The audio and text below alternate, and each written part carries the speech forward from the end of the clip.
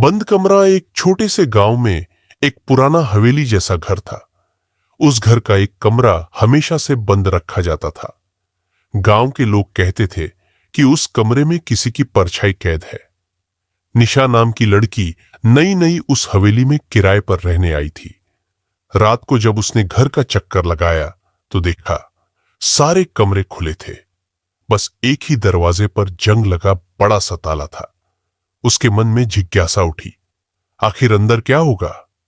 गांव वालों ने चेतावनी दी थी, उस कमरे का दरवाजा मत खोलना, नहीं तो कोई लौट कर नहीं आता। पर एक रात बिजली चली गई। पूरी हवेली अंधेरे में डूब गई। डर और बेचैनी में वह गलियारे में टॉर्च लेकर चली। अचानक उसकी टॉर्च बंद दरवाजे पर पड़ी। ताला खुला हुआ था, जैसे किसी ने अभी अभी खोला हो। दरवाजा धीरे धीरे छर्रर की आवाज से खुल गया। अंदर गुप्त अंधेरा था।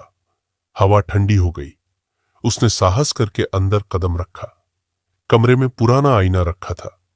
निशा ने जब उसमें देखा तो उसमें उसका चेहरा नहीं था, बल्कि कोई और खड़ा था।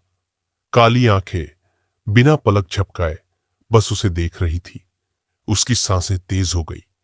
पीछे मुड़ी तो दरवाजा अपने आप बंद हो चुका था। आईने वाली परछाई मुस्कुराई और धीरे धीरे आईने से बाहर निकलने लगा। निशा का दिल इतनी तेज धड़क रहा था कि कानों में उसकी आवाज गूंज रही थी।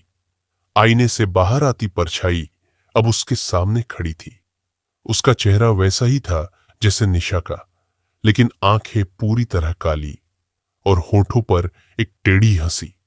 वह धीरे से बोली, तू अब बाहर नहीं जाएगी, ये कमरा अब तेरा है। निशा ने दरवाजा खोलने की कोशिश की, पर वह हिल तक नहीं रहा था। वह चिल्लाई, लेकिन आवाज कमरे से बाहर नहीं गई, जैसे दीवारें ही उसकी चीख निगल रही हों। आईने वाली परछाई ने उसका हाथ पकड़ लिया।